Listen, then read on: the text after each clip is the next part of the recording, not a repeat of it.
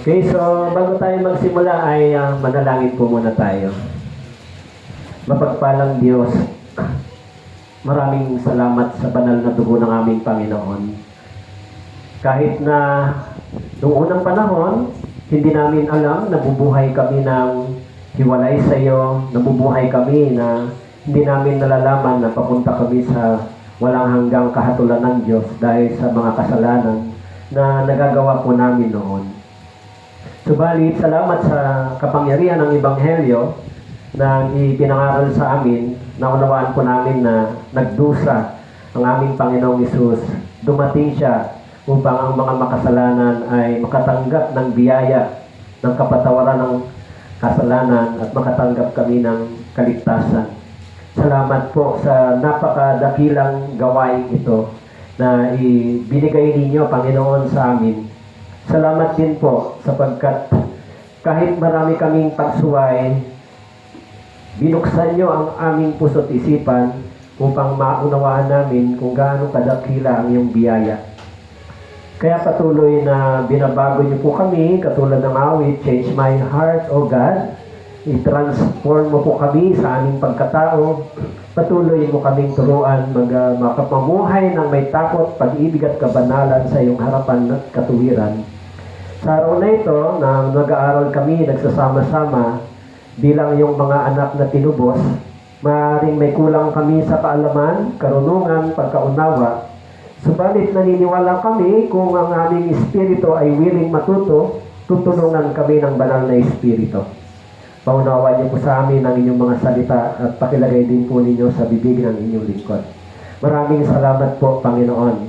At linisin niyo po kami kung may mga bagay na hadlang sa aming isipan at puso, linisin niyo po kami sa araw na ito upang ang salita ng Diyos ay magkaroon sa amin ng kapangyarihan, magturo sa amin at maisagawa namin. Maraming salamat po. Ito po ang aming panalangin sa pangalan ni Jesus.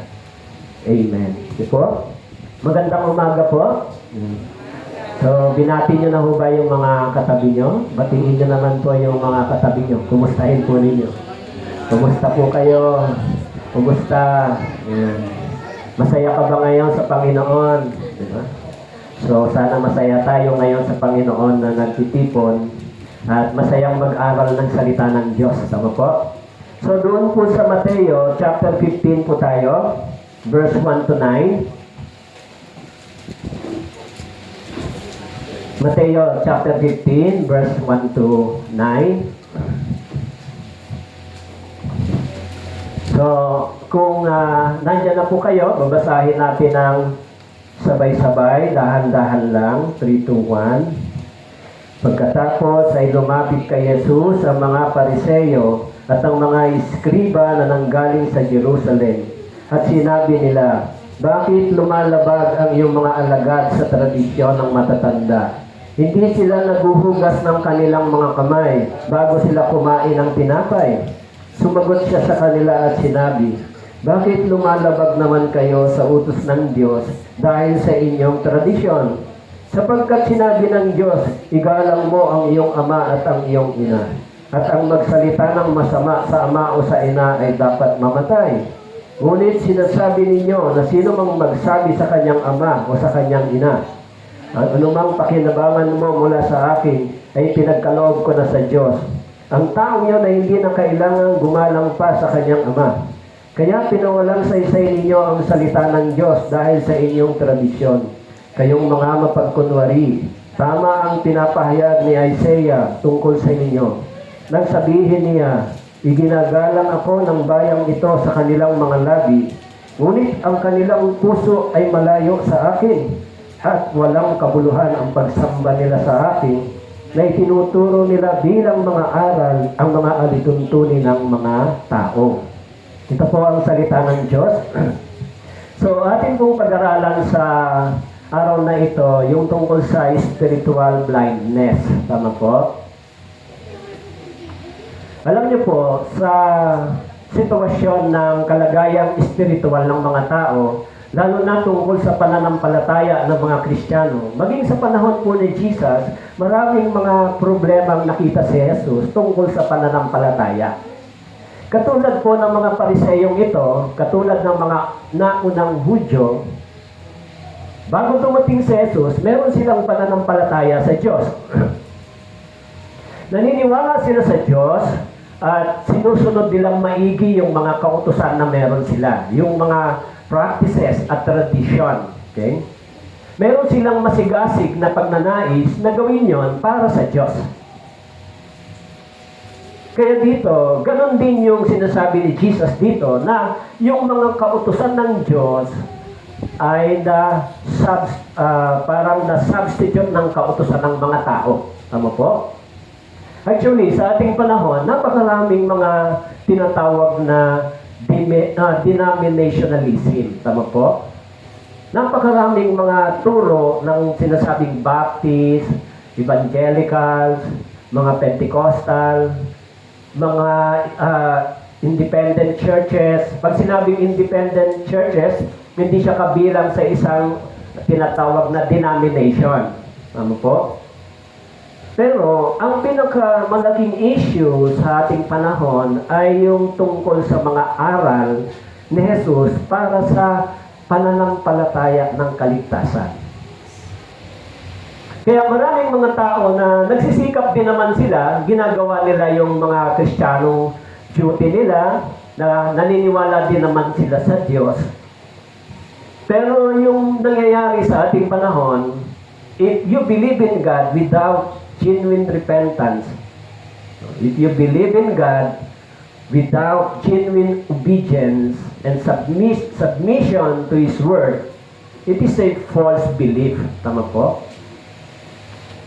Kung naniniwala ka na pupunta ka sa langit tapos wala kang pagnanais para gawin yung kalooban ng Diyos, it is a false belief and false teaching. Kasi sa ating panahon, napakaraming tao na naniniwala kay Jesus. Tama po? Naniniwala sila kay Jesus pero yung kanilang kalagayan sa espiritual na sitwasyon ay malayo doon sa mga aral na itinuro ng ating Panginoon. Di ba? Kaya dito, mapapansin natin na yung mga Pariseyo, kausap ng ating Panginoon. Sabi dito sa verse 1, pagkatapos ay lumapit kay Jesus sa mga Pariseyo at mga eskriba na nanggaling sa Jerusalem at sinabi nila, bakit lumalabag ang iyong mga alagad sa tradisyon ng matatanda? Hindi sila naghuhugas ng kanilang mga kamay bago sila kumain ng tinapay. Kasi ang kautusan ng mga Hudyo, bago ka kumain ng tinapay o pumasok sa templo, dapat kang maglinis. Tama po? Dapat maghugas ka ng katawan mo kung galing ka sa palengke. Kasi kung hindi ka naghuhugas ng katawan mo, hindi ka naglilinis, tapos kakain ka ng mga banal na pagkain, itinuturing nila na ikaw ay marumi sa paningin nila. This is the law. Ito yung pamantayan ng batas ng mga Hudyo bago dumating si Jesus. Okay? Kaya nang dumating si Jesus, sabi niya, bakit lumalabag ang iyong mga alagad sa tradisyon ng matatanda? Yun yung question ng mga Pariseyo. Sabi nila kay Jesus, bakit lumalabag yung mga alagad mo sa tradisyon? Kaya meron tayong 5 bagay na pag-aaralan na the danger of spiritual blindness. Okay. This is a danger for our spiritual blindness, di ba?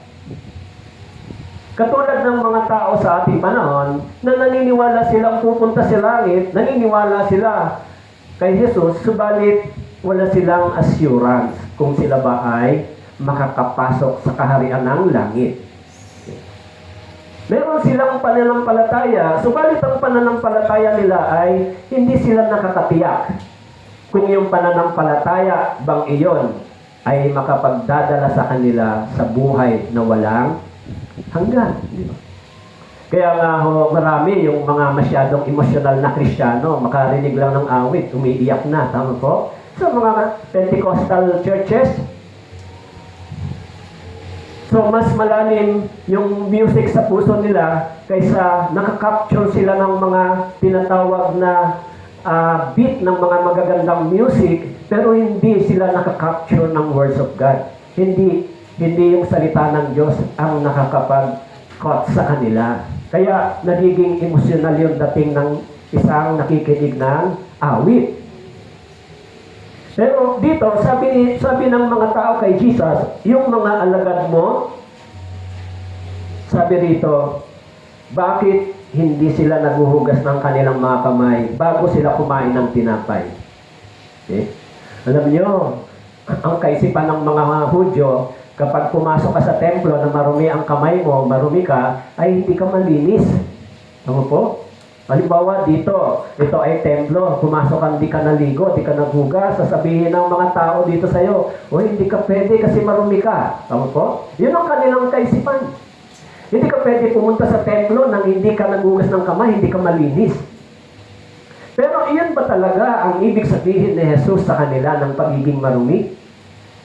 Alam natin sa Mark chapter 7, binanggit ni Jesus na ang mga tao ito, maging sa Mateo chapter 15, ang mga tao ito ay nagiging marumi sa mata ng Diyos because of sin. Tama po?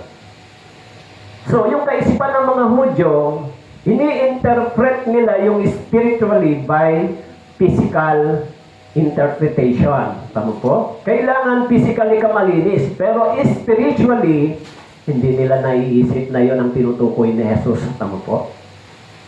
Kaya ang sabi dito ni Jesus, sumagot siya sa kanila, sinabi, bakit lumalabag naman kayo sa utos ng Diyos dahil sa inyong tradition? So, number one, the spiritual blindness is tradition. Tama po? Napakaraming tao na sumusunod sa mga tradition. Hello, mayroon ba kayong dating ganong paniniwala? Kaya, sabi ni Jesus, bakit naman lumalabag naman kayo sa utos ng Diyos dahil sa inyong tradition? Actually, ginamit na example ni Jesus yung parents. Sabi niya rito, sinabi ng Diyos, igalang mo yung ama't ina. At ang magsalita ng masama sa ama o sa ina dapat mamatay. Ngunit sinasabi ninyo na sino mang magsabi sa kanyang ama o sa kanyang ina, anumang pakinabangan mo mula sa akin ay pinagkaloob ko na sa Diyos. Ang taong yung hindi na kailangang gumalang pa sa kanyang ama. Alam nyo, yung talatang ito ay nangyayari sa ating panahon. Di ba? Kaya sana sa mga anak ng mga Kristiyano ay hindi mangyari ito. Tama po? Hindi mangyari na pag dumating ang panahon, mahina na yung ating mga magulang, tapos tayo na yung breadwinner sa family, no, na pag nagbibigay tayo tumulong sa magulang, ay yun ay out of gratitude and thankful heart. Pero submission, respect, and obedience ay hindi dapat doon maging kapalit. Tama po? Kaya sabi ni Jesus, pag bumigay kayo ng tulong, hindi nyo na kailangan igalang ang mga magulang nyo. Kasi tumutulong naman kayo. Yan yung kanilang konteksto between the interpretation of the law. Pero this is spiritual law, sabi ni Jesus. Dahil sabi niya, igalang mo ang iyong ama't ina, ito ay may kasamang pangako, hindi ba? Kaya sabi dito, bakit sinasabi nyo? Itong ibinigay mo pero hindi ka na kailangan gumalang. Yan, anumang pakinabangan mo mula sa akin, pinapagkaloob ko na sa iyo. Sa verse 6, kaya pinapalang sa ninyo ng Diyos dahil daw sa ano po? Dahil sa tradition. Tama po? Kaya yung mga naunang leader sa Bible, sa panahon ni Jesus, so meron silang tinatawag na spiritual blindness. Okay? Kaya po, ang tao ay may ganitong paligpata, pero walang obedience. Hello, sound check. Ito, balik po tayo doon sa talata sa Mateo chapter 15. So, dito po, sinasabi ni Jesus sa verse 5, sabi po rito, ngunit sinasabi ninyo na sino mang magsabi sa kanyang ama o sa kanyang ina, anumang pakikilabangan mo mula sa akin ay ipinagkaloob ko na sa Diyos. Ang taong yun hindi na kailangan gumalang pa sa kanyang ama. Kaya doon po sa verse 6, sabi po, Kaya pinawawalang saysay ninyo ang salita ng Diyos dahil sa inyong mga tradisyon. Tama po? Tulad po ng sinabi ko kanina, yung tradition ay meron tayo dati nito. Tama po? Masigasig natin itong sinusunod. Hanggang ngayon ba, meron pa kayong tradition? Meron pa? Dati yung tradition namin, naalala ko, nung ako po ay kasama sa kursilyo o kursilista, meron kaming tradisyon na pagpanahon ng Semana Santa na sinasabi, makit kami sa Antipolo. Tapos, doon, lumalakad kami ng paluhod, parang panata. Diba? Taon-taon po yun. Pero, pagkatapos ng araw na yon, pag uwi namin sa bahay, mga pagkaraan lang ilang araw, andyan na yung mga tropa. Magtatawag na ng inuman, magtatawag na ng mga bisyo. Pero pag panahon naman ng Semana Santa, tinatawag ng Kwaresma, andyan na naman kami, akyat na naman kami. Kaya yung mga tradisyon ay nagiging bunga ng pagkabulag na espiritual ng tao. Maaaring silang sumusunod sa mga tradisyon, subalit hindi po sila sumusunod sa aral ng salita ng Diyos. Yun yung problem, tama po? Naniniwala sila na ito ay mga bagay na ginagawa para sa Diyos. Kaya doon po sa Matthew chapter 4 verse 4, sinasabi ni Jesus sa 2 Corinthians chapter 4 verse 4, sabi po dito sa 2 Corinthians chapter 4 verse 4, sa kanilang kalagayan, inulag ng Diyos ng sanlibutan ito ang pag-iisip ng mga hindi mananampalataya upang huwag nilang makita ang liwanag ng Ebanghelyo ng kaluwalhatian ni Kristo na siyang larawan ng Diyos. Ano po ba ibig sabihin nang hindi nila makita yung liwanag ng Ebanghelyo? Ang ibig sabihin, upang hindi nila maunawaan yung biyaya ng Diyos, hindi nila maunawaan yung Ebanghelyo ay naglilid sa atin papunta kay Jesus. Tama po? At yung Ebanghelyo, itinuturo tayo papunta sa genuine repentance at makatanggap tayo ng dakilang kaligtasan. Tama po? Kaya po, yung sinasabi rito na may mga tao na naniniwala silang ligtas sila pero hindi sila dumaan sa tunay na genuine repentance, yun po ay spiritual blindness. Tama po? Si Pedro, nung siya po ay nagkalolo kay Jesus, meron po bang genuine repentance si Peter? Meron po. Sabi ron, umiyak siya ng malalim sa Panginoon dahil sa kanyang ginawa. Kaya naisip ko nga yung pinag-aralan natin dati kung paanong tinawag ng Panginoon si Pedro. Pedro, Pedro, minamahal mo ba ako? Parang naisip ko, isang joking lang bago tayo pumunta sa pagiging seryoso.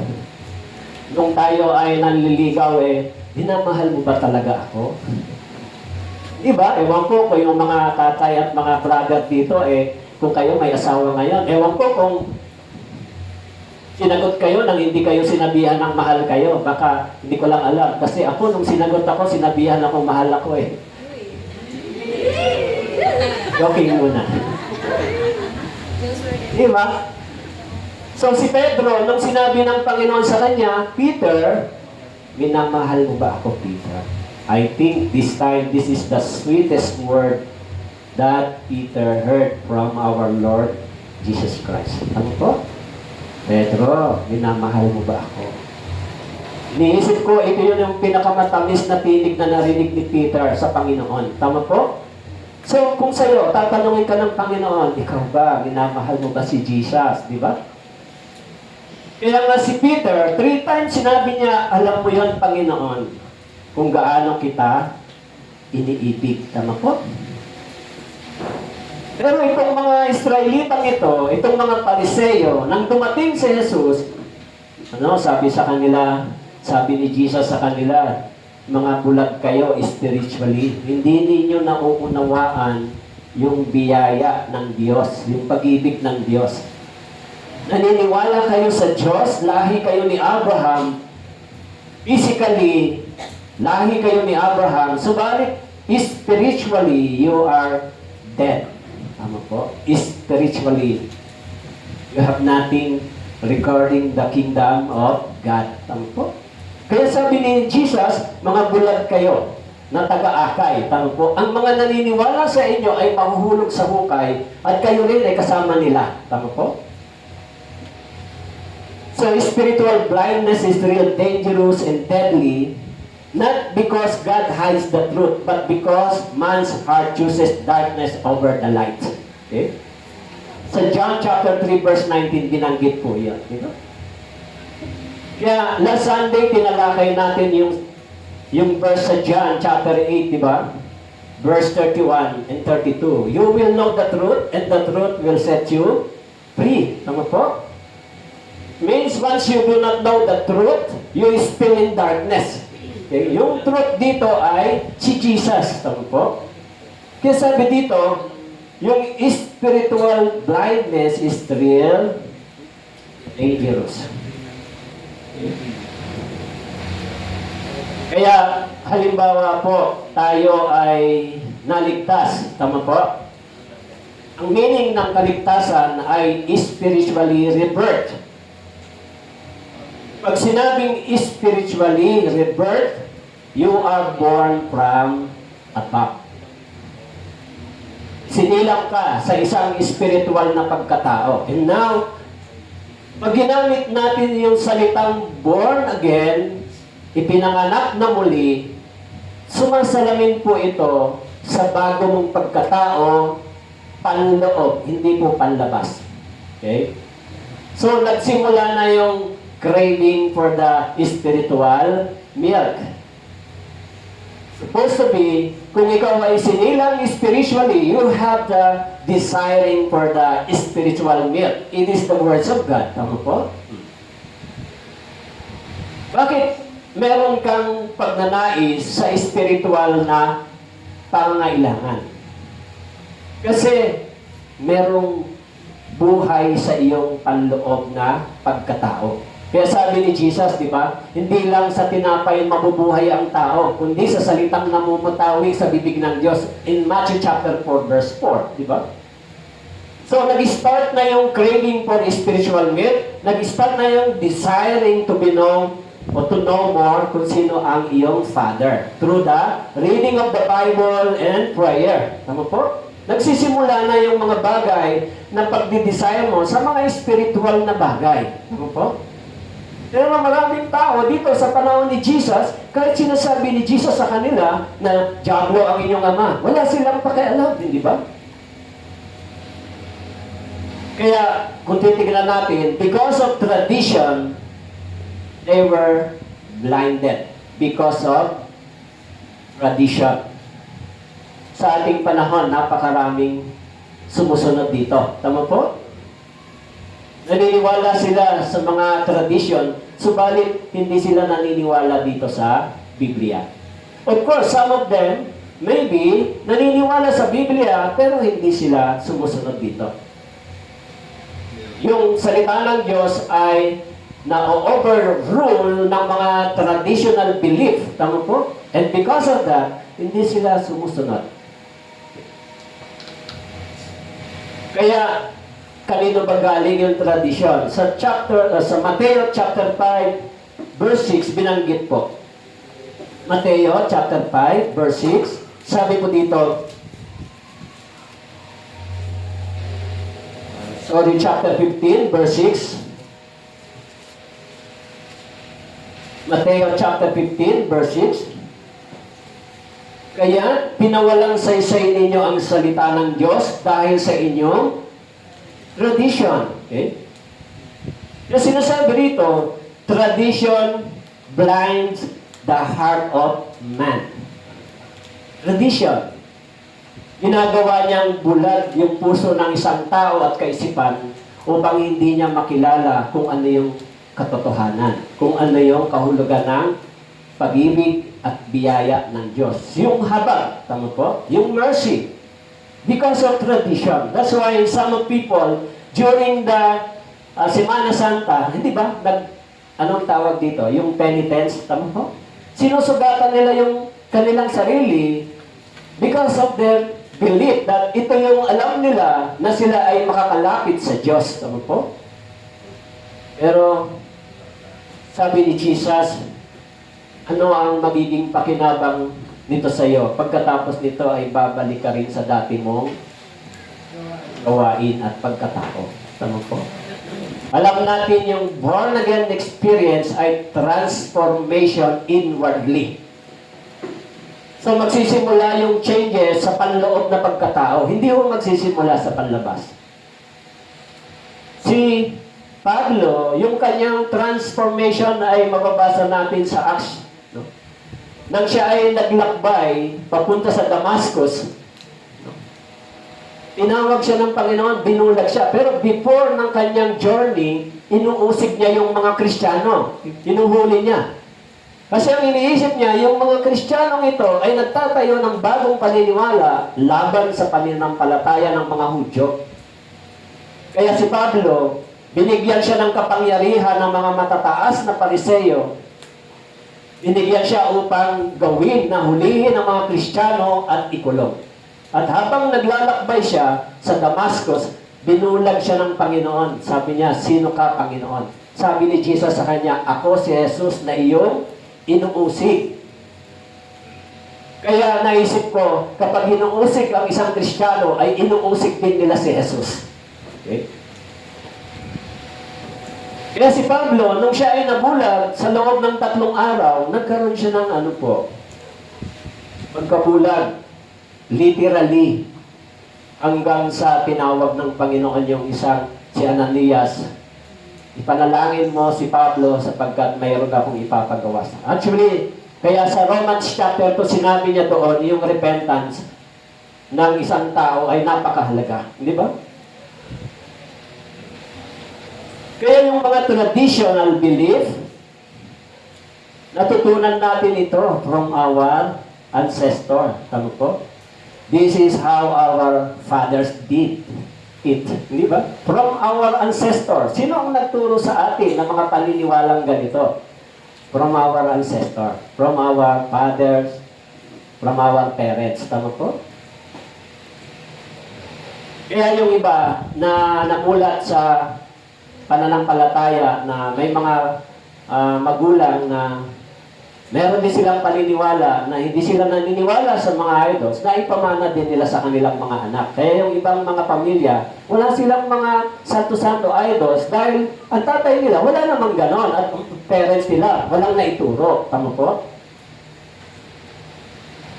Kaya yung paniniwalang ito, sinasabi nila, this is how our fathers did it before.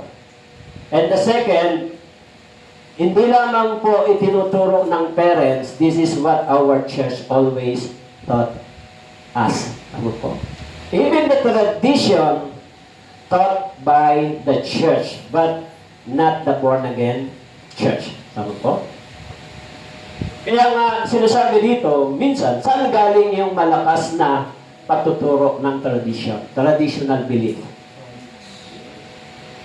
Alam niyo naman, lahat tayo may background doon sa ganong paniniwala. Tama po? May background ba kayo sa ganong paniniwala? Tignan po ninyo yung pagka-January. Maraming pumupunta sa Quiapo. Tama po? That is tradition. Tama po? Once a year, ganon yung kanilang panata o pangako. Tama po? Kaya nga ho, sabi dito, they were raised by their parents and they taught by the church. Even the church, di ba? But of course, hindi katulad ng church na ganito. Saan galing yung ganong knowledge? Saan natin yung natutunan? But of course, tradition is not equal of the scripture. Hindi siya kapantay ng Biblia. Yung mga traditional na paniniwala ay hindi po katumbas ng sinasabi ng Biblia. It is apart from the Bible, from the scripture. Diba? Kaya siguro yung naalala ko yung sa Jeremiah, no, na sinabi ni Jeremiah, na yung isang pamilya, yung father nila, mayroon silang panata na hindi sila iinom ng alak. That is the panata o tradition. Tama po. Sabi ni Jeremiah, mabuti pa yung mga tradition ninyo at panata, sinusunod ninyo. Pero yung salita ng Diyos, yung Biblia, ayaw ninyong sundin. Tama po? Alam nyo, ano ba ang pinakaayaw ng isang tao? Sa Biblia. Kapag ipinangaral mo yung tungkol sa impyerno, tungkol sa judgment, tungkol sa sin, tungkol sa repentance, mostly yung mga listener, iniisip nila parang hindi maganda ang dating, di ba? Pero yung mga bagay na yon ay itinuro ng Biblia upang ang tao ay magkaroon ng chance, ma-realize nila kung ano ang kalagayan nila sa harapan ng Diyos. Okay? Kaya sinasabi doon, tradition is not equal of Scripture. And the second, tradition replaces obedience. Tama po? Kaya sinabi doon, kapag yung tradition na ito ay itinuturing nilang banal, iniisip nila na ang ganitong mga bagay ay banal sa paningin nila at sa paningin ng Diyos. So the words of God slowly fade away. Unti-unti yung salita ng Diyos ay naglalaho, yung truth. Because they believe yung ganitong tradition ay sacred. Tama po? Ito ay isang sakramento o sacred, banal. Kaya dapat mo itong sinusunod. But of course, sabi ng Biblia, this is not equal from the words of God. Di ba? Kaya maraming tao naniniwala na kapag sumusunod tayo sa mga bagay na tradisyon, katulad ng sinabi ni Jesus dito sa Mateo chapter 15, sabi po dito, verses, kaya pinawalang saysay ninyo ang salita ng Diyos dahil sa inyong tradisyon.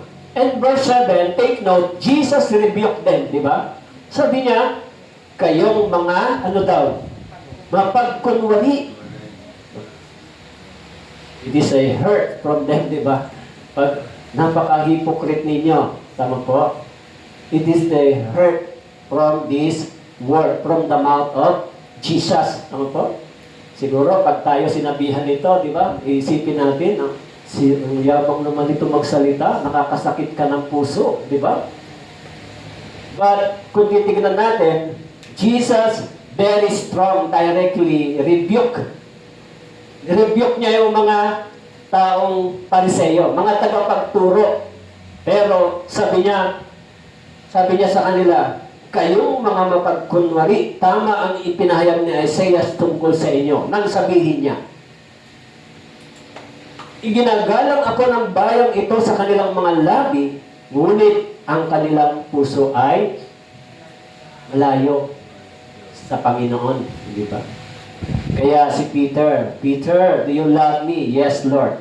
That Jesus touching the heart of Peter. Di ba? Peter, do you love me? Yes, Lord. Kaya yung mga religious people sa panahon ni Jesus, madalas silang nakikipag-argue kay Jesus. Tama po? Sino ka ba? Taga saan ka ba? Sabihin mo sa amin. Tama po? Lahi din kami ni Abraham. Tama po? Hindi nila naunawaan yung mga bagay na spiritual na dapat nilang tinatanggap at pinaniniwalaan. Okay? Kasi sabi sa verse 9, walang kabuluhan ang pagsamba nila sa akin, kaya tinuturo nila bilang mga aral ang mga alituntunin ng tao. Tama po? They follow to the man's rule and regulation, but they do not follow to the words of God. Diba? So, it is a tragic for our spiritual status, di ba? Para sa pagkakaroon ng deception. Tama po? Mas mahalaga ba yung mga utos ng tao kaysa utos ng salita ng Diyos? Hindi pwede yun, di ba? Kaya nga si Pablo, sinabi niya sa 1 Thessalonians chapter 1 verse 5, sinabi niya, ipinagpapasalamat ko sapagkat ang salitang ito ay itinuturing ninyong hindi salita ng tao, kundi salita ng Diyos. This is not the words of man, but this is the words of God. Di ba? Sana ganon din kayo ngayon sa akin habang kayo ay nakikinig. This is not my words. So kaya sinasabi ni Jesus sa kanila, walang kabuluhan ng pagsamba nila sa akin na itinuturo bilang mga aral ang mga alituntunin ng mga tao. Kaya ho, tayo bilang mga tao, meron tayong Diyos na kinikilala. Tama po? Of course, hindi lahat ng tao ay nakakaunawa ng kaligtasan. Pero may mga tao na nakaunawa ng dakilang biyaya ng Diyos. Naintindihan natin na tayo pinatawad na, tayo ay tinubos na, yung dugo ni Kristo na dumanak sa cross ay naging dahilan upang ako ay makatanggap ng kaligtasan, ng biyaya ng Diyos. Tinubos niya ako, binayaran niya yung aking kasalanan sa cross. May mga tao na nakaunawa nito, tama po? But of course, believing in Jesus' teaching is not enough. Tama po? Why? You need to practice it and apply it. Tama po? Kaya maraming tao na naniniwala, subalit walang application. So, this is a dead faith. Kaya po, sinasabi dito, this is a blindness spiritually. Blinded spiritually because they follow the tradition, ginagawa nilang sacred o anong tawag dito, ginagawa nilang banal yung mga tradition kaysa maniwala sa katotohanan ng salita ng Diyos. Okay? Kaya any tradition, religious or cultural that contradicts God's word produces of what? Produces spiritual blindness. Diba? So kung naniniwala tayo sa ganitong paniniwala, sumusunod tayo, and yet this is against and contradict to the words of God, it will produce spiritually deception. Nadideceive tayo. Akala natin sumusunod tayo. Yun pala, tradition lang ito. Okay? The second spiritual blindness is blinded by the law of Moses. Okay? Paul describes the Jews who continued clinging to the law. Clinging. They continued to follow, pursue, and follow to the law. Alam niyo yung law, di ba? Because of the law, we die, sabi ng Bible. Inside the law, walang forgiveness. O pagsisikap sa batas ng pagsunod, walang forgiveness. Walang salvation. Because salvation is come from the grace of God. Kaya kung nagsisikap lang tayo sa law, maging mabuting tao, sumunod sa mga aral, pero kung iniisip natin na ito yung dahilan kung bakit ako pupunta sa langit, it is a false hope and false gospel. Tama po? Kaya si Moises, doon sa 2 Corinthians chapter 3, verse 14 and 15, 2 Corinthians chapter 3, verse 14 and 15, sabi po dito, subalit ang kanilang mga pag-iisip ay tumigas, sapagkat hanggang sa araw na ito, kapag kanilang binabasa ang lumang tipan,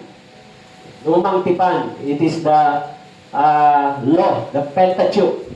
Sabi dito, ang dating talukbong ay nananatiling hindi itinataas, sapagkat tanging sa pamamagitan ni Kristo inaalis.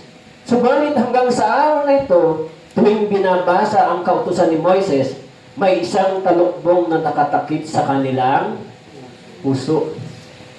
Their heart is blinded because of the law. Tawag po?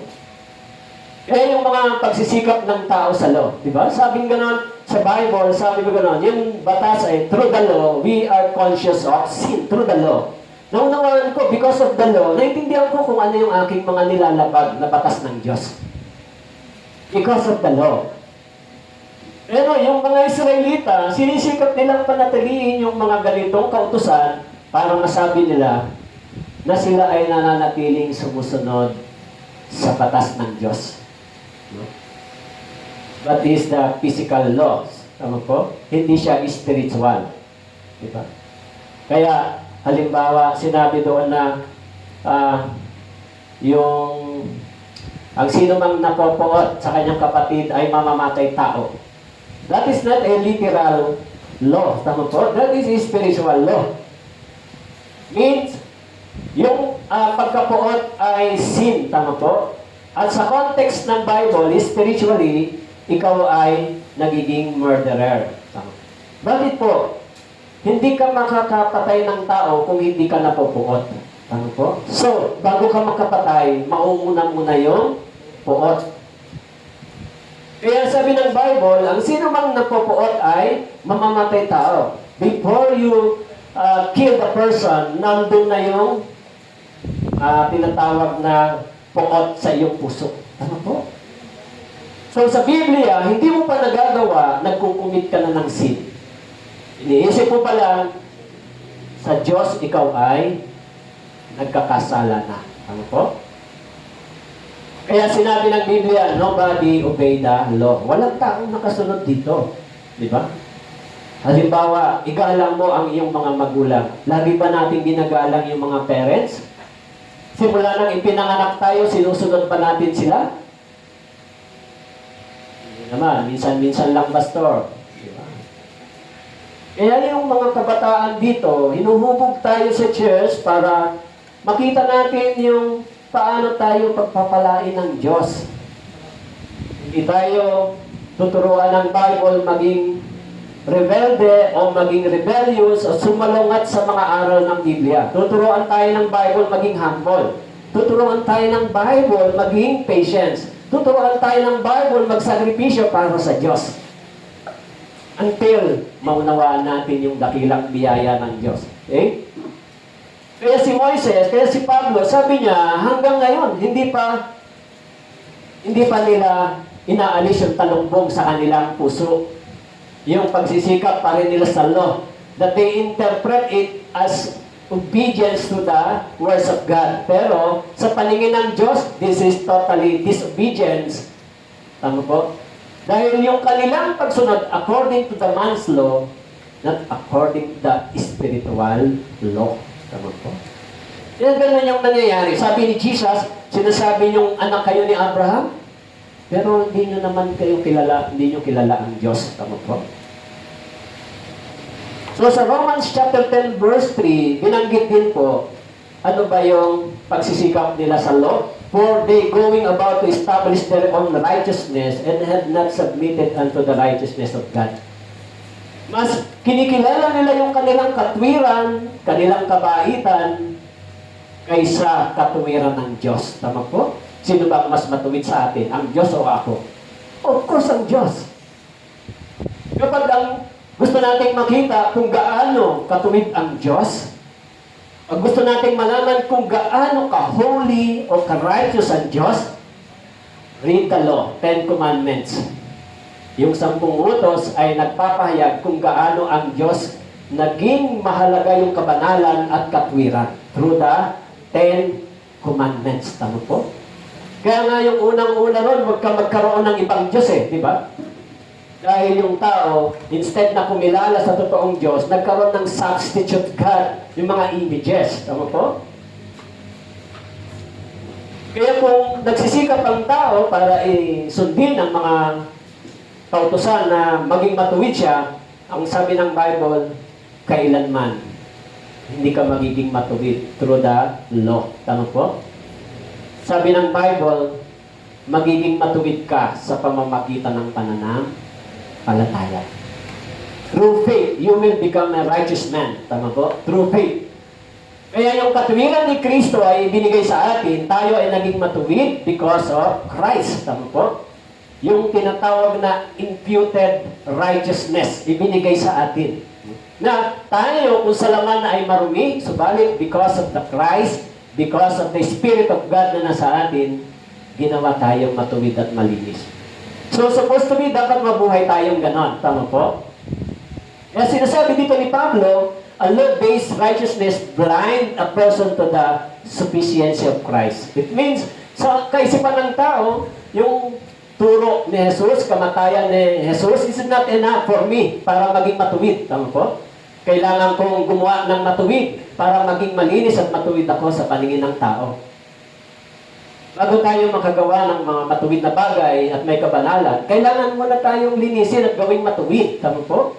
So, apart from Christ imputed righteousness and holiness, yung pagiging matuwid natin, pagiging banal, manggagaling na lang sa sarili natin, self-righteousness. Tama po? Magsisikap tayo dahil alam natin ito inuutos ng law. Kailangan kang maging matuwid. Kailangan kang maging mabait. And I believe maraming mabait nahulog sa impyerno. Dahil umasa sila saan? Sa sarili nilang katwiran. Ito po yung aral ng Biblia, di ba? Kaya kung hindi natin naiintindihan yung biyaya, pag-ibig ng Diyos, maaari na umaasa tayo sa sarili nating lakas ginagawa. Okay? Kaya doon sa Galatians chapter 3, verse 21, Galatia chapter 3, verse 21, sabi po dito, verse 21, kung gayon, ang kautusan ba ay salungat sa mga pangako ng Diyos? Huwag nawang mangyari. Sapagkat kung ibinigay ang isang kautusan na makapagbibigay buhay sa makatwid, ang katwiran ay sa pamamagitan ng kautusan. Alam, sinasabi ni Pablo, through the law, we cannot acquire life. Tama po? Hindi natin nakuha yung buhay sa pamamagitan ng pagsisikap sa kautusan. Kaya kung nakuha natin yung buhay sa pamamagitan ng pagiging mabait, pagiging masunurin sa utos ng Diyos, hindi po iyon life. Tama po? Sabi ng Biblia. Sabi rito, yung buhay ay natanggap natin through the grace of God. Tama po? Kaya sabi dito, the law cannot give us life. But instead, the law judge us, di ba? Sentence us, di ba? Yung through the law, hahatulan tayo. Pinatay tayo ng batas na ito. Dahil sa pagsuway sa mga batas na ito, ay hahatulan tayo ng Diyos. Tama po? Kaya ho, the second part is, the law cannot forgiveness. Yung law, hindi siya nagbigay ng pagpapatawad sa atin. Tama po? Kaya doon sa Hebreo chapter 10 verse 1 to 4, binanggit doon yung tungkol kay Jesus. Kailangan si Jesus ay dumating according to the law upang siya ay mamatay doon sa cross. Yung tinatawag na redemption law. Tama po? Ito yung batas ng Diyos, redemption law. O batas ng pagtubos para ako ay mapatawad. Kasi sa Bible, ang sabi po ng Romans 6:23, the wages of sin is death. So you need to pay your sin, tama po? Kailangan bayaran mo yung kasalanan mo, matubos ka. Pero dahil hindi natin ito kayang gawin, tama po? Kaya maging yung pagsisikap natin sa kautusan, ng tao sa kautusan, katulad ng ginagawa ng mga Israelita, hindi ito nagbigay ng kaligtasan. Tama po? Naligtas ba kayo dahil mabait kayo? Naligtas ba tayo dahil mabait tayo, sumusunod tayo, maigi nating sinusunod ang mga tradisyon natin, kaya tayo pupunta sa langit? Po. Naligtas tayo katulad sa unang pagkaunawa ng tax collector. Lord, please have mercy on me, I am miserable sinner. Tama po? Bakit sinabi yun ng tax collector? Dahil naintindihan niya, dahil sa marami niyang kasalanang ginawa at paglabag, karapat dapat siyang humarap sa hukuman ng Diyos. Tama po? Kaya yung mga nagnakaw sa flood project, flood control project, tama po, ang sigaw ng tao ay ikulong ang mga magnanakaw. Ano ang ibig sabihin nun? Humihingi sila ng hustisya.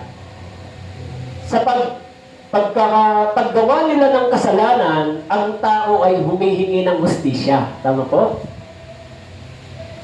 Bakit po? Sapagkat nilabag nila yung batas ng tao. They stole the huge of money, billions peso. Tama po? So, nagdidemand yung tao ng justice. Diba? Ano ang justice? Dapat silang makulong. That is the law. Tama po? Kaya kung hahatulan sila, mapatunayan sila yung nagkasala, they will go to the prison.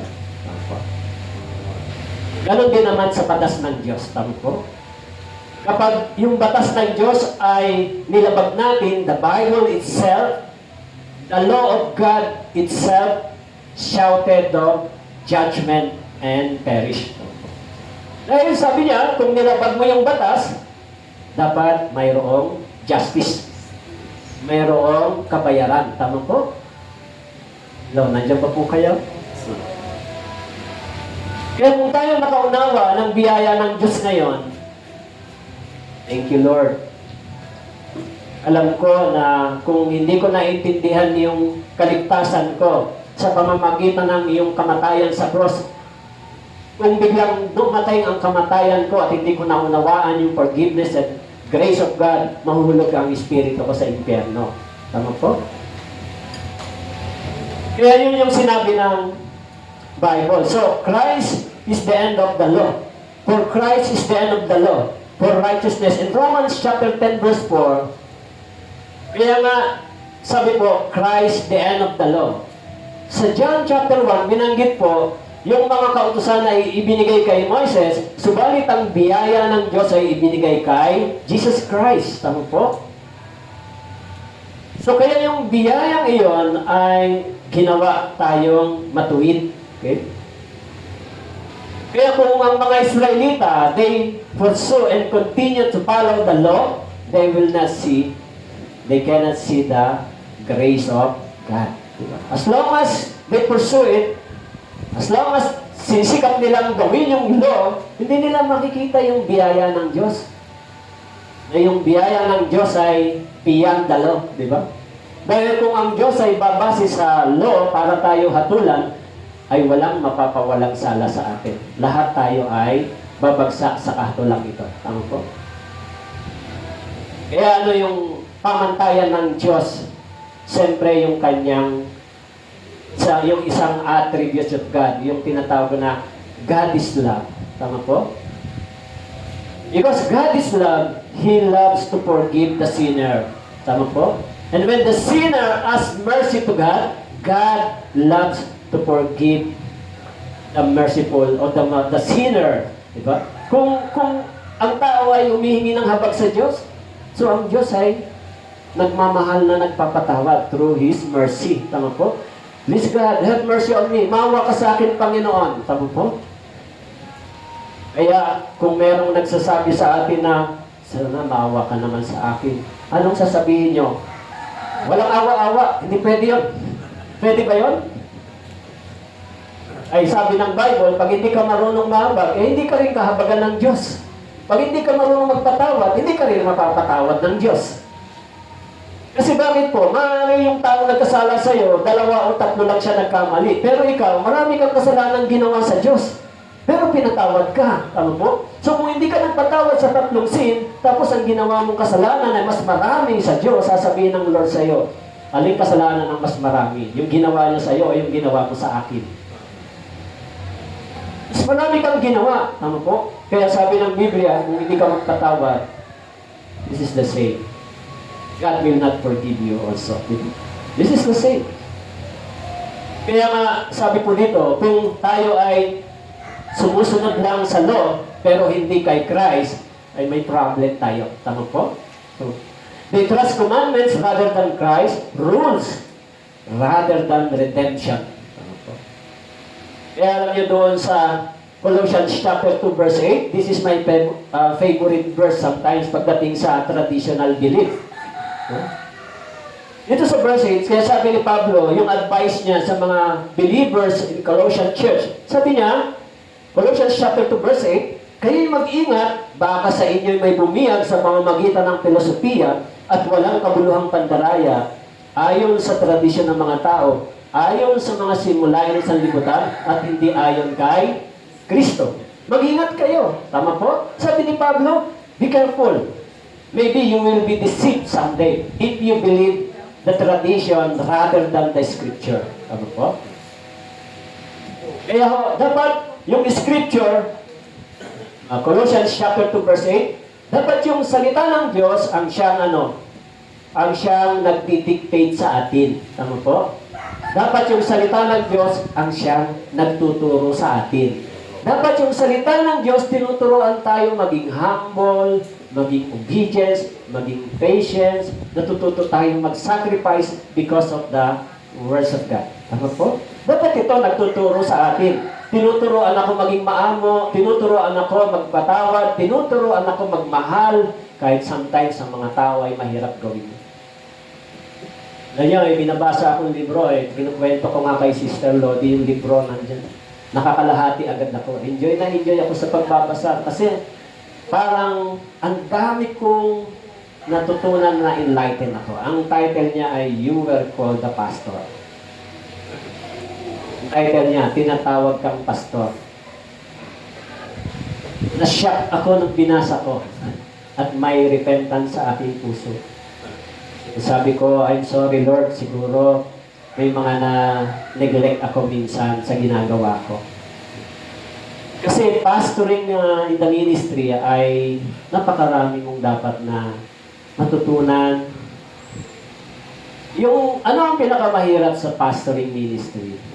Hindi po magawa ng sermon, hindi mag-sermon dito.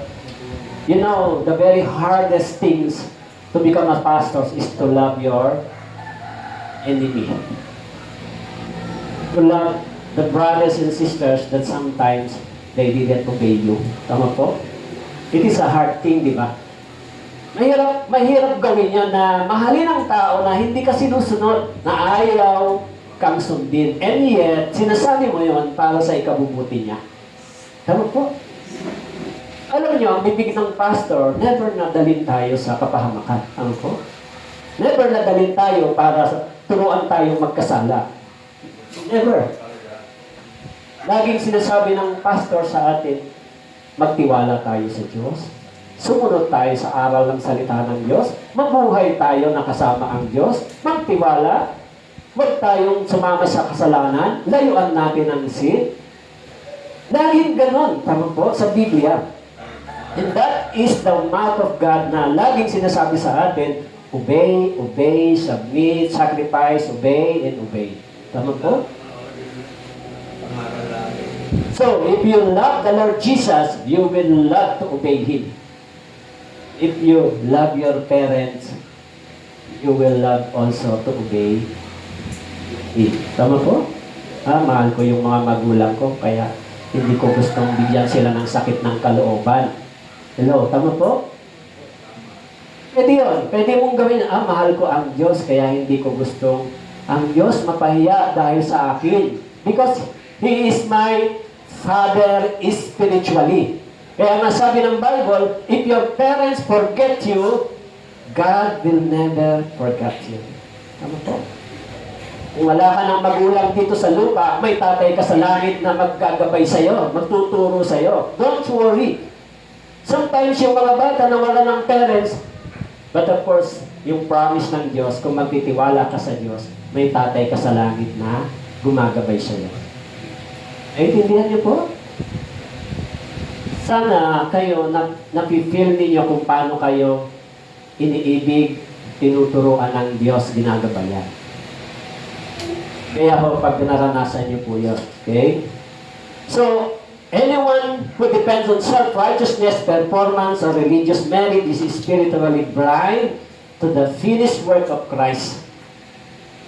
Anyone who depends on self-righteousness, performance, religious merit, and that is the big temptation for the pastor to trust himself, di ba? Dahil sa ikaw, ganito. But ako, ang motto ko is, binigyan ako ng Diyos makapagturo, I will do my best as long as I can. Sabi ko ganon. Gawin mo nang mas mahusay sabagat darating ang araw, tatayo ka sa harapan ng Diyos. Hindi para ikaw maging mas mahusay sa iba, gawin mo ng pinakamahusay yung kakayanan mo para sa Diyos dahil someday, aharap tayo sa Diyos. Diba? At tanongin ng Diyos, ginawa mo ba yung best mo nung binigyan ka ng chance? Tama po? Kaya ho, minsan nami-misinterpret ng tao sa'yo, di ba? Bakit ba ganyan parang...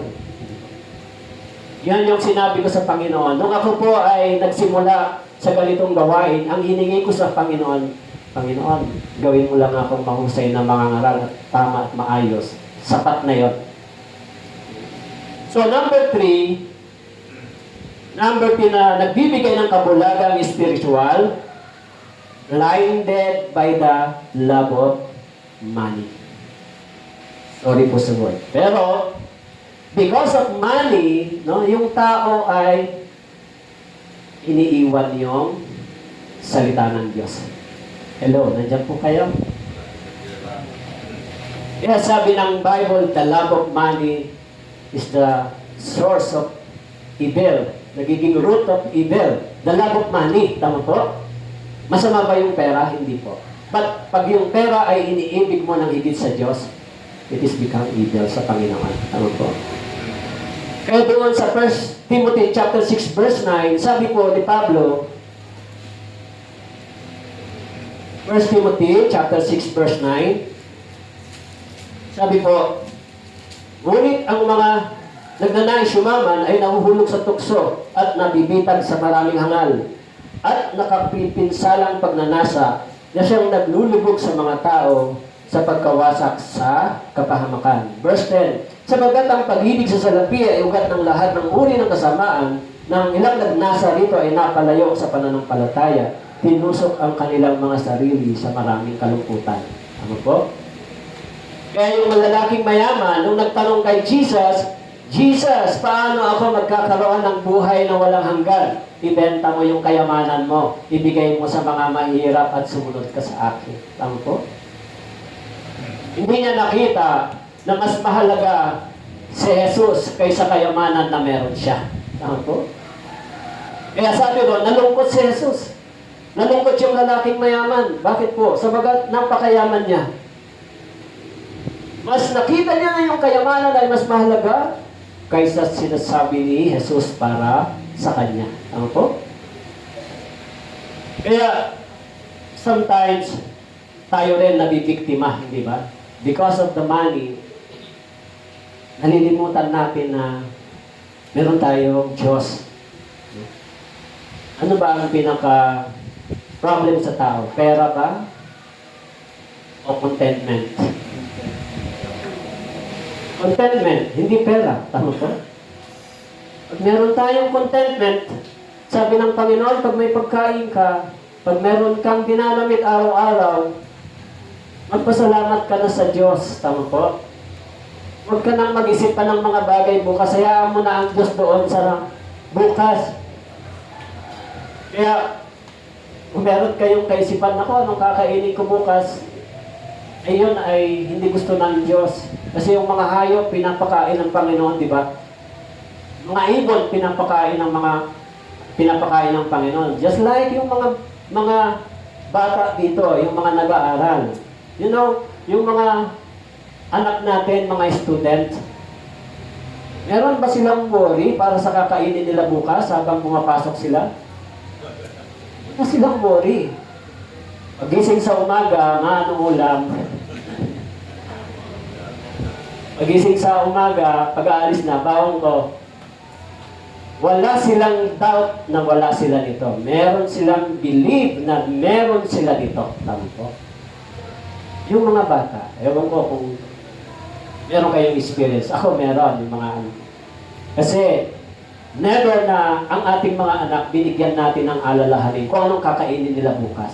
Ay anak, huwag ka muna matulog ngayon dahil bukas wala kang kakainin. Alam natin, ang ating mga anak bukas, kailangan pagising nila may baon, may pagkain. Tama po?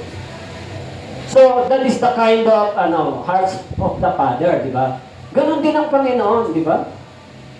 Yung Diyos. Alam ba ng Diyos na dapat bukas kumain tayo? Yes, of course, di ba? Kaya kung meron tayong believe sa Kanya, katulad ng pinag-aralan natin last Sunday, if you believe in God, He will become as a provider for you. Tama po? Kaya, kung ang pera ay nagpapaikot sa atin, kung yung pera ay nagbibigay ng kalungkutan sa atin pag wala tayong pera, kinokontrol niya yung ating emotion. Yung ibig ko sabihin, mahirap kausap ang walang pera, mainit ang ulo. May Diyos naman, tama po? Manalangin tayo, Panginoon, wala po akong pera ngayon. Pero masaya pa rin ako sapagkat alam ko, alam mong walang laman ang wallet ko, di ba? So I pray na magpadala ka ng tao. Huwag mo namang isipin iuhulog sa'yo ng Diyos yung cash, o ayan. Hindi ganun. Bibigyan ka ng Diyos ng work, tama po? O may tawag ng trabaho para magkapera ka.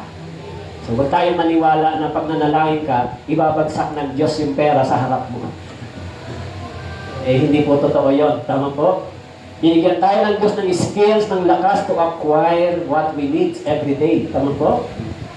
So gamitin mo yun para ma-acquire mo yung panalangin mo. And God will give you enough strength para mag-acquire ng pera. Kasi pag may sakit ka, di ka naman makakapagtrabaho. Tama po? So everyday, binibigyan tayo ng Diyos ng ganon. Kaya kung meron tayong belief sa Kanya ng tama, don't worry about tomorrow. Tama po? Kaya sabi doon, yung mga taong naghahangad nito ay nahuhulog sa maraming kalungkutan. Tama po? Naalala ko po yung mga OFW. Okay, pag-pray niyo po, baka makapunta ako next year ng ewan ko kung saan bansa yan. So, gusto ko makapag-ministry, makapunta sa Hong Kong kasi iniimbita po ako mag-Bible seminar doon. I hope makapag-ministry ako sa mga OFW. Sabi ko sa kanila na hindi lang pera kailangan nyo ngayon. Di ba? Kaya ho, marami ring mahirap ang kalagayan nila sa ibang bansa. Minsan nagpapa-counseling sila. O, paano ba yung ganito? Akala mo ba ang mga pumupunta sa ibang bansa ay magandang buhay? Hindi po, nagsasuffer din sila. Kaya ho yung pera sometimes nagdadala sa atin ng maraming kalungkutan. Ano po? Lalo na pag may business kayo, nabigo kayong kumita, siguro discourage kayo. Ano ba yan? Lugi ako. Tapos kung nalugi ka, di ka pa makatulog. Kailangan makabawi ako bukas. Kailangan makabawi ako. Yun ang hindi nagpapatulog sa'yo. Kailangan makabawi ka. Tama po. So, because of money, yung pera. Tama po.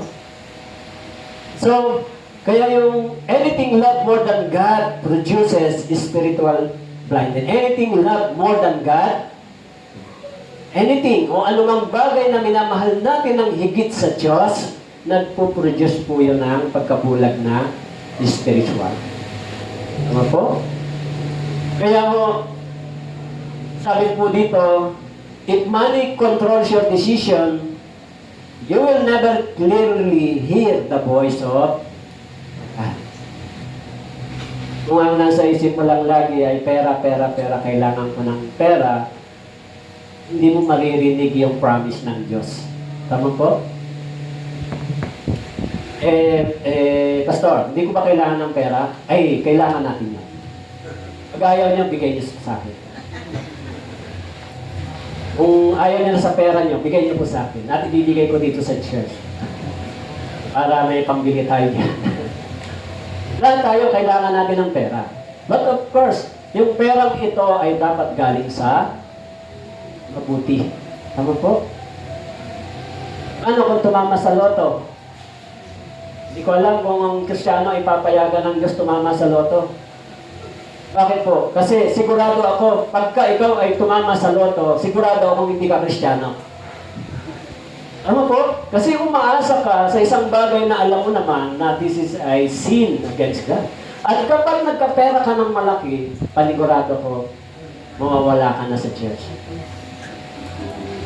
That the money became satisfaction your flesh. Tama po? So, kung nagkakaroon ka ng satisfaction sa flesh, sa pera, sa mga bagay sa sanlibutan ito, kung meron kang satisfaction and contentment dito, so this is the evidence that you are not truly converted spiritually. Bakit po? Kailanman yung pera o anything in this world will not give you contentment. Tama po? Only the words of God. So kung merong contentment sa pera, bakit yung mga mayayaman, nagpapakamatay sila, may pera sila? Bakit yung maraming pera, kinikitil nila yung buhay nila? Mas masarap ang buhay nila kaysa sa atin. Tama po? Kailan lang yung isang tao nagpakamatay, napakayaman niya, ang dami niyang pera. Yung kanyang angkan ay mayaman, pero nagpapakamatay sila. So, kung yung pera ay nagbibigay ng contentment sa'yo, bakit ka maghahanap ng iba? Tama po? So, that's why money will never give us contentment. Instead, yung salita ng Diyos. Okay? Kaya kung tayo po ay mayroong ganitong kaisipan, pag may pangangailangan tayo, wag po kayong pagka walang budget nyo, kapos na, wag po mainit ulo nyo. Diba yan? Wala akong pera, wag mo akong kausapin. Wag po kayo magagano. Kasi this is the kind of lack of faith or trust sa ating Savior. Maging joyful ka lang. Wala akong pera, pasensya na. Pero siguro mamaya meron na o bukas. Tama po? Kasi alam natin ng Diyos, hindi naman nagpapabaya sa atin. Sorry, medyo lalagpas lang ako ng konti. Tapusin ko lang po itong 2 points. Okay lang po kayo? Kasi dahil sa sounds natin. Okay? So, pang-apat na po, no? Blinded by honor and pride. No? Sometimes, yung pride ay napakalaking problema ng tao. Saan ba nanggagaling yung pride? Kapag iniisip mo na sufficient ka na, kapag iniisip mo na mas marami ka ng achievement kaysa iba, iniisip mo, ako ay nakahihigit na sa kanya. So this is a trap. Tama po? This is a trap. Especially for the workers or the pastors and preachers. Dahil nagiging famous sila, marami silang kakausap, maraming taong naniniwala, they became proud for themselves, di ba? Yung nagkakaroon sila ng ego, tama po? Nagiging egoistic sila. So, dahil doon, sabi ng James chapter 4 verse 6, okay? Santiago chapter 4 verse 6,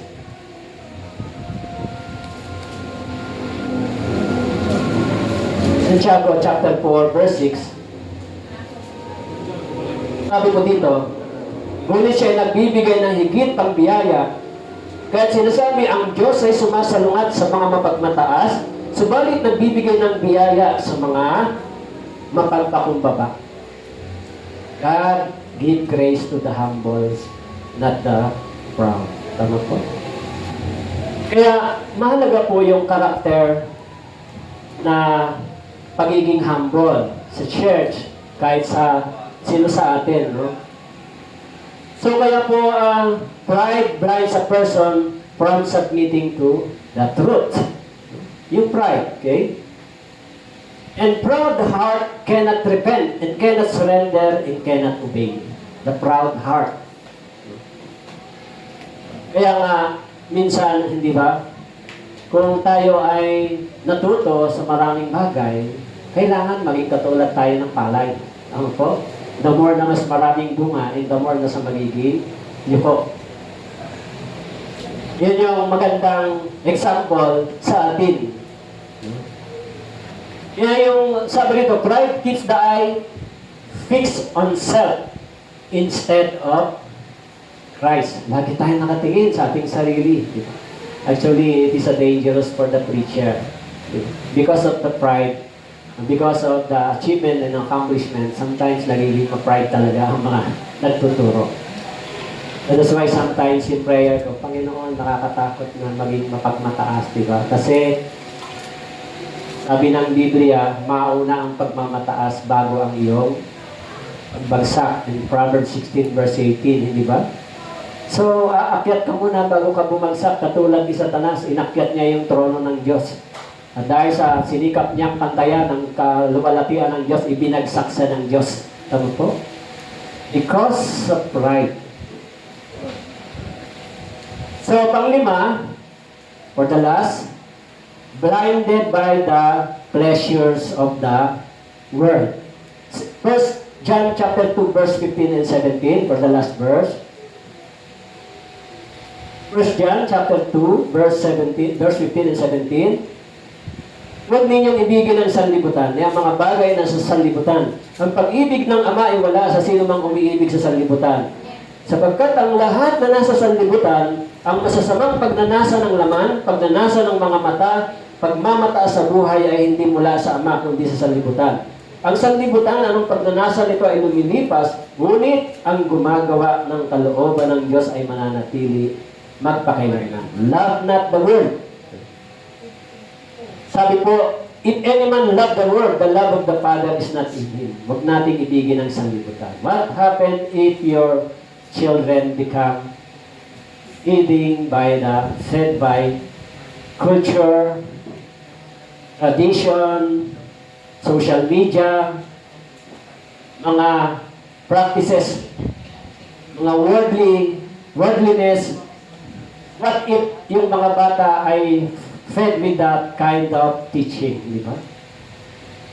Sabi dito, yung sanlibutang ito, kung finifeed yung ating mga anak, kung ang mga bata ay well-fed of this kind of social media, yung mga games, di ba? Yung mga ML, yung mga tinatawag na culture, yung mga tradition, kung ang inyong isipan ay well-fed ng ganitong mga bagay, ano ang mangyayari sa iyo?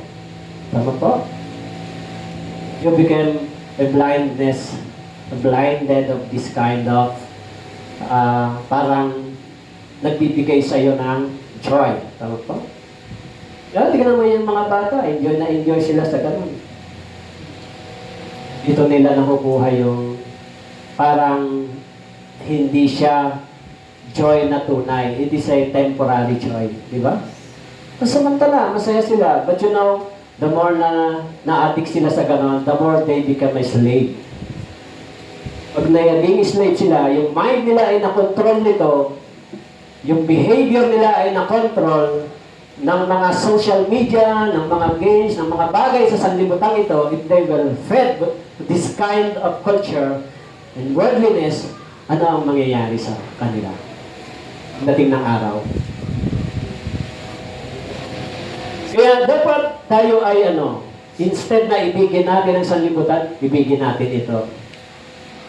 We need to feed ourselves with the words of God. Because the more we love the world and the more we fed for this worldliness, for this kind of practices, nagsisimula tayong humiwalay sa purpose ng Diyos.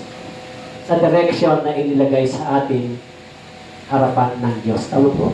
Nagsisimula tayo lumayo. Yung ating pamumuhay ay nagsisimulang tumalikod sa mga magagandang aral ng Biblia. Why?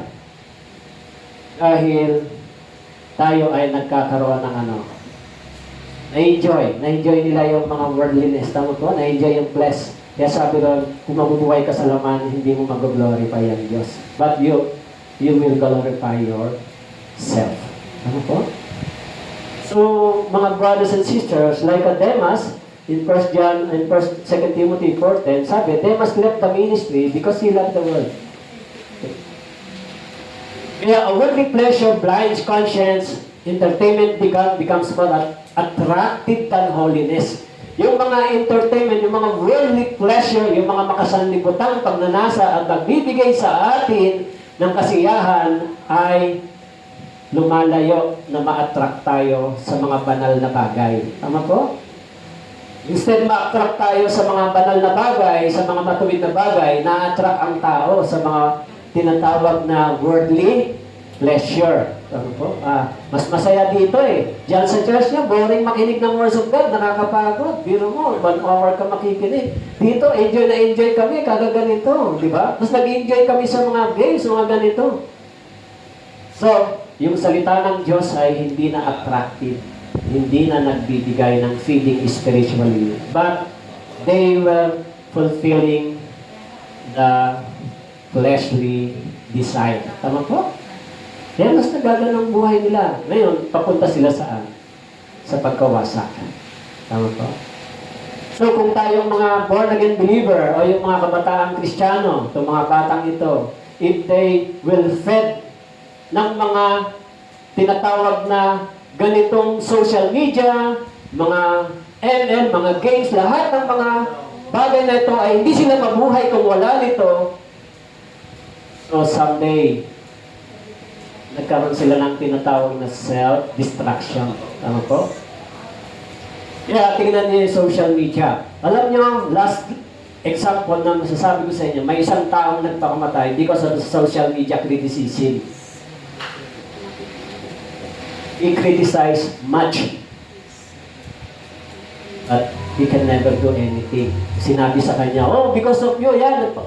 Wala siyang ginawang anuman, pero criticize siya. Ini-criticize yung kanyang ginawa na hindi naman siya gumawa. So, dahil doon, siya ay nag-suicide. So, gaano ka-powerful ang social media sa ating panahon. Tama po?